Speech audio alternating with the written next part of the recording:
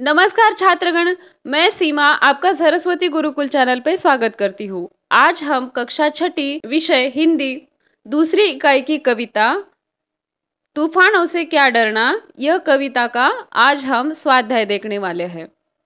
तो चलो शुरू करते हैं। तो शुरू में खोजबीन यह शीर्षक के नीचे एक प्रश्न दिया है। भारतीय स्थानीय समय के अनुसार देश विदेश के समय की तालिका बनाओ। तो भारत में दोपहर के 1:40 बजने पर अन्य देशों का समय हमें देखना है। ईरान का समय हम देखेंगे। जब भारत में 1:40 बजे होंगे तो अब ईरान में 11:40 सुबह के होंगे। चीन में 4:10 दोपहर के होंगे। जर्मनी में सुबह 9:10 बजे होंगे और बांग्लादेश में दोपहर 2:10 बजे होंगे।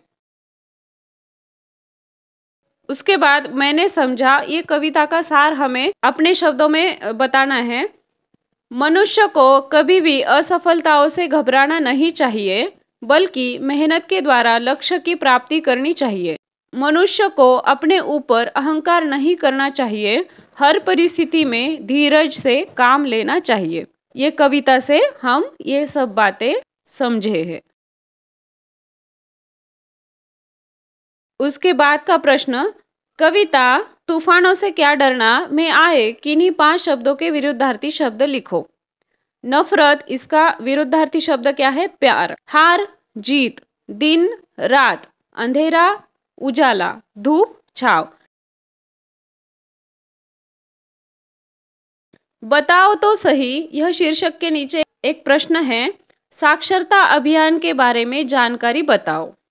तो इसका उत्तर, साक्षरता का अर्थ है साक्षर होना, अर्थात पढ़ने और लिखने की क्षमता से संपन्न होना। सभी देशों में साक्षरता के अलग अलग अर्थ होते हैं। भारतीय साक्षरता अभियान के अनुसार यदि कोई व्यक्ति पढ़ना और लिखना सीख ले तो उसे साक्षर माना जाता है। भारतीय सरकार साक्षरता अभियान को तेजी से आगे बढ़ाते हुए जन जन को शिक्षा के प्रति जागरूक करने में जुटी है। वाचन जगत से, यह शीर्षक के नीचे दिया गया प्रश्न हम देखेंगे। मीरा का पद पढ़ो और सरल अर्थ बताओ। मेरे तो गिरधर गोपाल दूसरो न कोई, जाके सिर मोर मुकुट मेरो पति सोई। तो उसका अर्थ है, मीरा कहती है मेरे तो बस श्री कृष्ण हैं जिन्होंने पर्वत को उंगली पर उठाकर गिरधर नाम पाया। उसके अलावा मैं किसी को अपना नहीं मानती। जिसके सिर पर मोर के पंख का मुकुट है वही मेरे पति है। जरा सोचो, चर्चा करो, यह शीर्षक के नीचे दिया गया प्रश्न हम देखेंगे। यदि समय का चक्र रुक जाए तो क्या हो सकता है? समय मनुष्य की प्रगति का आधार है। यदि समय चक्र रुक जाए तो सारा कामकाज बंद हो जाएगा। दिन रात में कोई परिवर्तन नहीं होगा। मनुष्य निष्क्रिय हो जाएगा। पेड़ पौधों की वृद्धि रुक जाएगी, जिससे अनाज और फलों का उत्पादन रुक जाएगा। सारे प्राणियों सहित संपूर्ण जगत गतिहीन व स्थिर हो जाएगा। ये सब चीजें यदि समय का चक्र रुक जाए तो होगी। उसके बाद इस कविता का सार लिखो। ये कविता का सार हमें अपने शब्दों में लिखना है।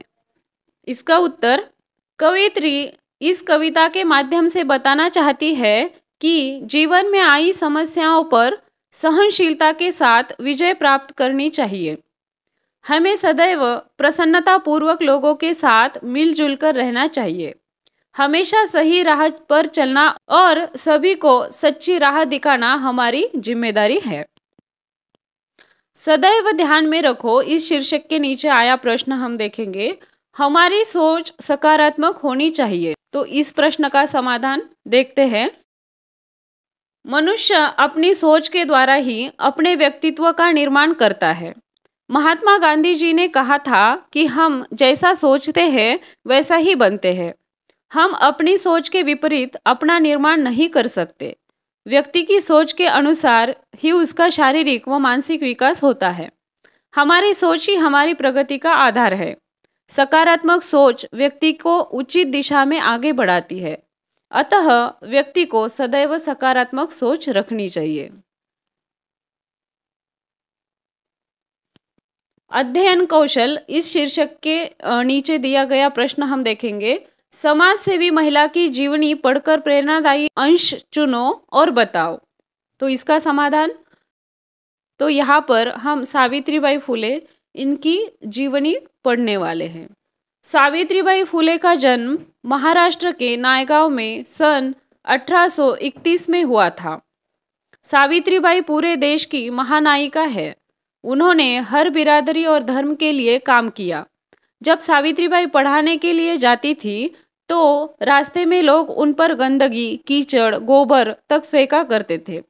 सावित्रीबाई एक साड़ी अपने थैले में लेकर चलती थी और स्कूल पहुंचकर गंदी साड़ी बदल लेती थी।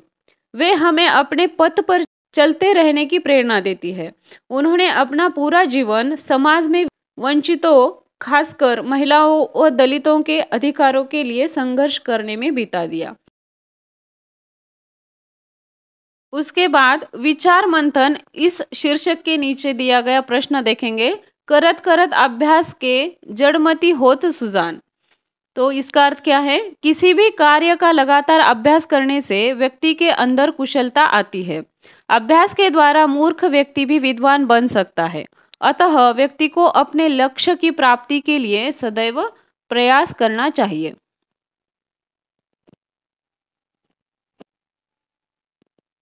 आया समझ में? आई होप आपको सभी प्रश्नों का समाधान मिल गया होगा। ऐसे ही नए नए वीडियो के लिए चैनल को लाइक करें, शेयर करें, सब्सक्राइब करें और कमेंट करें। धन्यवाद।